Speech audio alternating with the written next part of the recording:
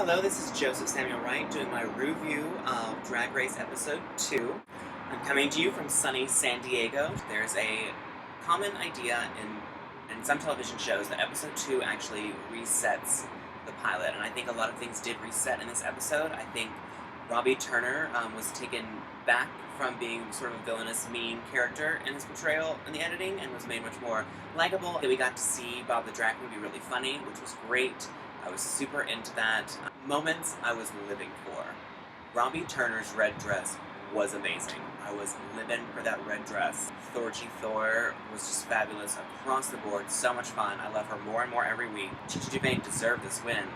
Let's talk about that performance, because I feel like it was so clear that the bad girl side was a much more interesting, much better performance overall than the good girl side, even down to just the costuming. Like, the bad girls had all these interesting, different, unique things they were all doing, and the good girls were so homogenous, and I think that was supposed to be the joke, but I just don't think it played. But I think Chi-Chi DeVayne was a star this time around. She and Acid Betty, for me, like, stole those performances, and Thorgy Thor, who I think is just wonderful. I didn't really think that she could win it, because I thought she was a little too odd. The more I see her, the more I adore Thorgy Thor. So, my top 5 now, I'm gonna go top 3. My top 3 are Thorgy Thor, Acid Betty.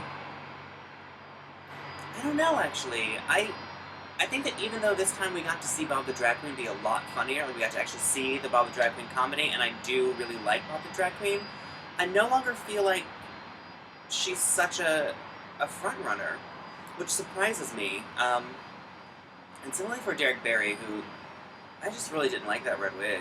I was not a fan, which is, feel free to disagree. I don't even know really what it's about it. I didn't like it. It looked too wiggish to me.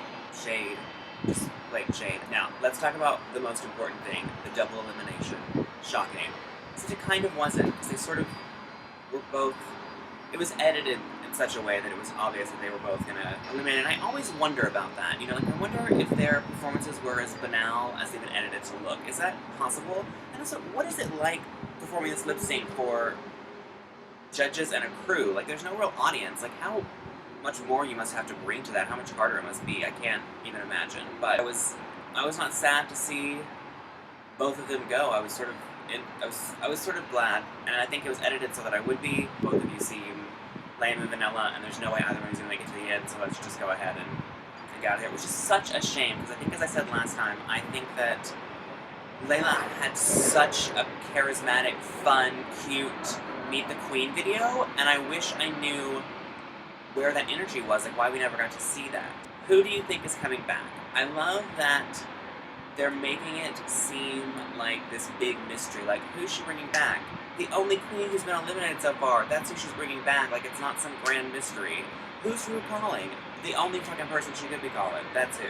Unless we're gonna get really surprised. Lastly, I'm gonna say this, and I don't know if you're gonna be on board with me or not, but I think Acid Betty as a boy is so hot.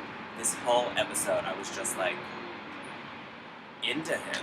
I'm into boy Acid Betty. I would drop trout in a second. I would marry that man. Like, I think he is sexy. This is, like, above and beyond. So scrumptious. I want to hear who your favorites were, what's your moments that you loved were, moments you hated, what your thoughts are, who you think's going to make it to the end, and who you think's going home any minute. Leave your comments below. I'll reply back, because talking about Drag Race is half the fun. Y'all have a good one, and enjoy the San Diego airport. I forgot to say yet again, this tank top is Andrew Christian, as are the trunks, and I made this kimono myself. I will link you to the tutorial I used to do it.